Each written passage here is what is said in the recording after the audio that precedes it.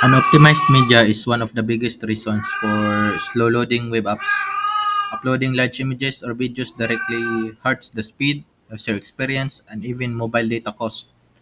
In our Django app, we solve this using two smart techniques: client-side compression before upload, and then size and type checks with clean user feedback.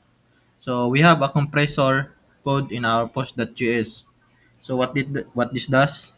Compresses image on the client side before they're uploaded, and also force all formats like PNG and WebP to become lightweight JPEGs, and then sets limits on image dimensions and quality, reducing size up to like more than 80 or less than 80%. So what this does, if the image width or height is too long, it compresses it and reduces the file size. Next, still same in PostGIS, we have the code that rejects files larger than 30 MB. So image or video, if it's larger than 30 MB, it rejected it. And then filters unsupported file types with clean error message. It also ensures only optimized data is processed to protect the backend from overload.